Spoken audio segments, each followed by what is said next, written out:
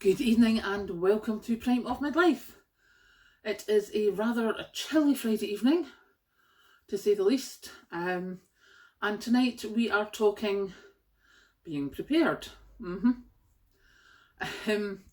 I'm coming from on this video is if you're in the UK, you will have seen that sadly there has been 16 children have died of a strep A infection. And all the reports going about are that, parents should be vigilant. It's a normal winter thing. Just keep an eye on it. But because it seems to be going round at speed, then they're going to keep an eye on it, possibly do preventative antibiotics for children if they need it, if the doctors say that they need it. And most of the deaths have been in the south of England. So, in my innocence, I'm sitting here thinking that's fine, it's down south, it's not a problem. It's here. It's here in central Scotland. And someone I know whose 4-year-old was at nursery, and strep A is going round nursery. And the 4-year-old already has breathing problems. So her mum took her to the doctor and the doctor's like, yes, antibiotics. Now, we are very, very lucky here. Our doctors are very, very good and very, very helpful. And the doctor started phoning the pharmacies as the mum started driving round them. Because, again, we're quite rural. There is the city of Perth. After that, you're into farmland.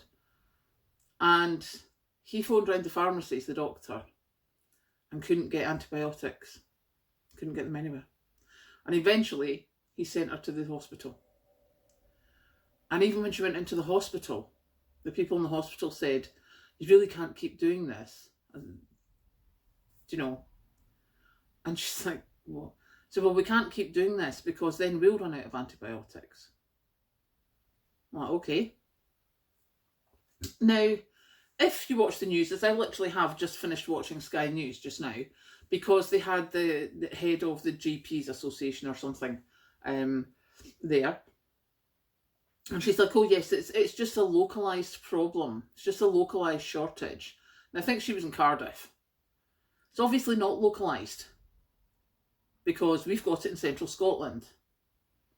And then they also showed you a pharmacist who's a young lad, been a pharmacist, well, young. He's been a pharmacist for 10 years. So he's obviously not that young.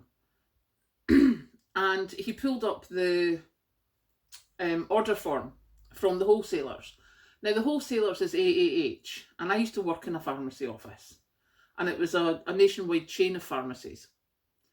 And that AAH was their supplier. So this guy pulled up AAH. And there's no antibiotics for him to order. It's out of stock everywhere. The price has more than doubled. It doesn't matter what you pay, they're out of stock. And yet the government's telling us there is no shortage of antibiotics. Well, there may not be where you're sitting in Westminster, mate, but there certainly is where I am in central Scotland. And also down south. Now, this young pharmacist said, we didn't have this problem before. He said, we've never had this problem. So obviously something's going on somewhere. I wonder who's benefiting from this. Am I a bit jaded and cynical? Oh yes, you bet I am, when young kids' lives are at risk. For what? So someone can profiteer? Are you having a laugh? That is ridiculous. So yeah, we're not terribly impressed about that. And where it took my brain, as you know, my brain goes full of wee wheels, all going different ways. It was, I need to be prepared. Now, you cannot get antibiotics in the UK unless you have a prescription. That's fine. I will be getting cold and flu remedies. I will be getting everything for every various ailment that I can find. And if I have to take Patrick and Kathleen and anybody else I can, and Mandy, you're getting roped in as well, we will all be going and buying this stuff so that we have a stockpile. And yes, I know stockpiling is not good, but there isn't a run on this stuff just now.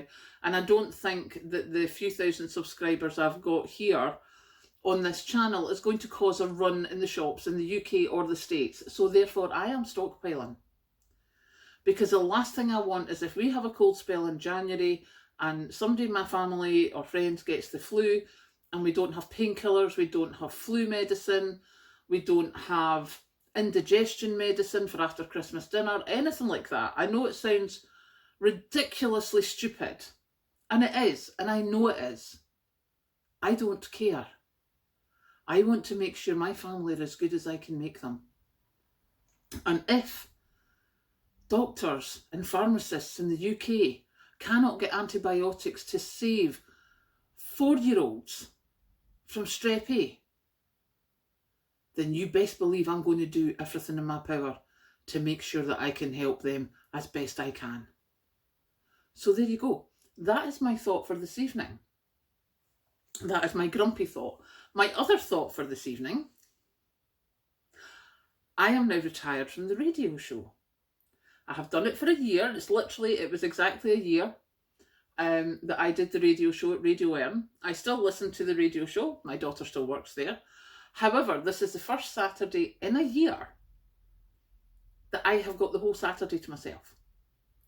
And if, like me, you work Monday to Friday, you know that Saturday you normally go out, you do your washing, you do your shopping, you get prepped for the next week so that Sunday's normally a better day of rest.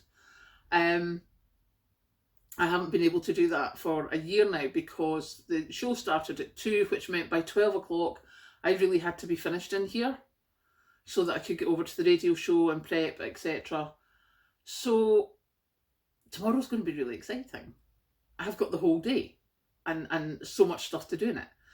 So I shall be doing washing and cooking and stuffs, and I shall no doubt tell you what I'm doing while I'm doing it.